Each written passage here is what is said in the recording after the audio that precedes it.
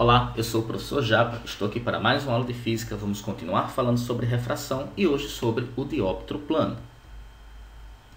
Bem, já mostrei figuras em que o lápis aparenta estar quebrado dentro de um copo com água, certo? Por que será que isso ocorre? Bem, já falamos em aulas anteriores que a luz pode sofrer um desvio ao passar de um meio para outro. É esse desvio que faz com que você veja duas figuras do mesmo objeto, mas distintas. O raio de luz que não muda de meio, ou seja, que passa do ar para o olho do observador, vai lhe gerar uma figura.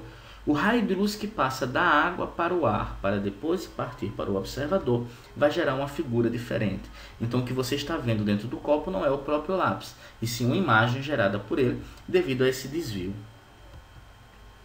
Bom, vamos aos elementos geométricos desse dióptro plano. Aqui eu tenho uma situação bem comum. Você tem uma pessoa, uma indiazinha, observando um peixe dentro d'água. Bem, esse peixe é o objeto real. Só que o que ela está vendo, na verdade, não é isso. Para que a indiazinha observe o peixe, a luz que o peixe reflete tem que passar do meio 2 para o meio 1. Nesse caso, o meio 2 é mais refringente. Então essa luz passou de um meio para outro e, como você pode observar, sofreu um pequeno desvio.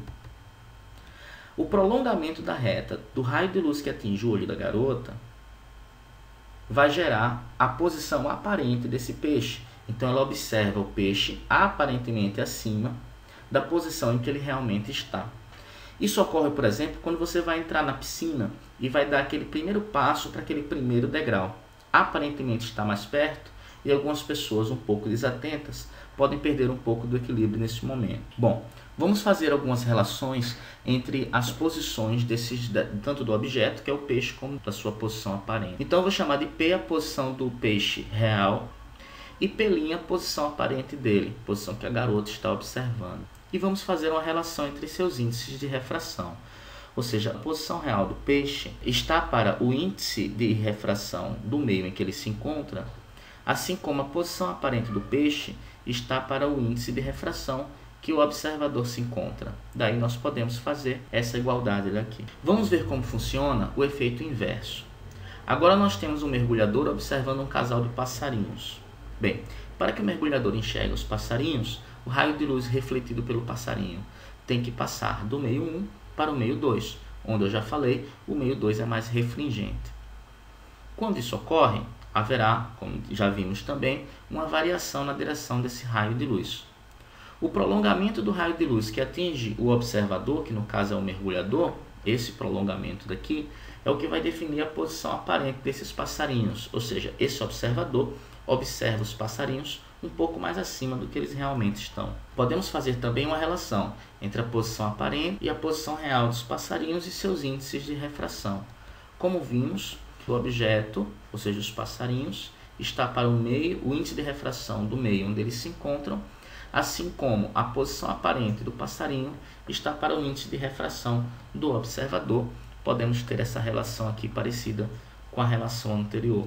Toma cuidado para não inverter uma situação com a outra, tá certo? Bem, vamos a um exemplo. De acordo com o desenho a seguir, consideremos para um determinado instante a seguinte situação, admitindo-se que A, que é esse ponto que está aqui, seja uma andorinha que se encontra a 10 metros da superfície livre do líquido. B, seja um peixe que se encontra a uma profundidade H da superfície S. N igual a 1,3 é o índice de refração absoluto da água, porque o índice de refração do ar, nós vimos em aulas anteriores, é igual a 1. Podemos afirmar que o peixe verá a andorinha como? Bem, vamos observar essa figura. Ele falou que o ar, já disse a vocês, índice de refração 1, vou chamar de N1. A água, ele disse que tinha índice de refração 1,3, eu vou chamar de N2. A posição real da andorinha é 10 metros e nós queremos medir a posição aparente dela. Então, a posição real está para o índice de refração do meio 1, que é onde ela está, e a posição aparente está para o índice de refração do meio do observador, que é o N2, a água. Substituindo o que nós temos, que é a posição da andorinha, 10, a posição aparente é o que eu quero, o índice de refração do ar é 1 e o índice de refração da água é 1,3, ou seja, multiplicando meios pelos extremos, nós temos P' igual a 10 vezes 1,3. A posição aparente da andorinha é de 13 metros. O peixe verá a andorinha a uma altura aparente de 13 metros acima da superfície da água, ok? Bom, obrigado por nos assistir. Não esqueçam de dar uma curtida em nosso Face, de se inscrever no nosso canal do YouTube. E a Matsudica de hoje é que você assista a nossa próxima aula, que falará sobre a reflexão total. Aquele abraço.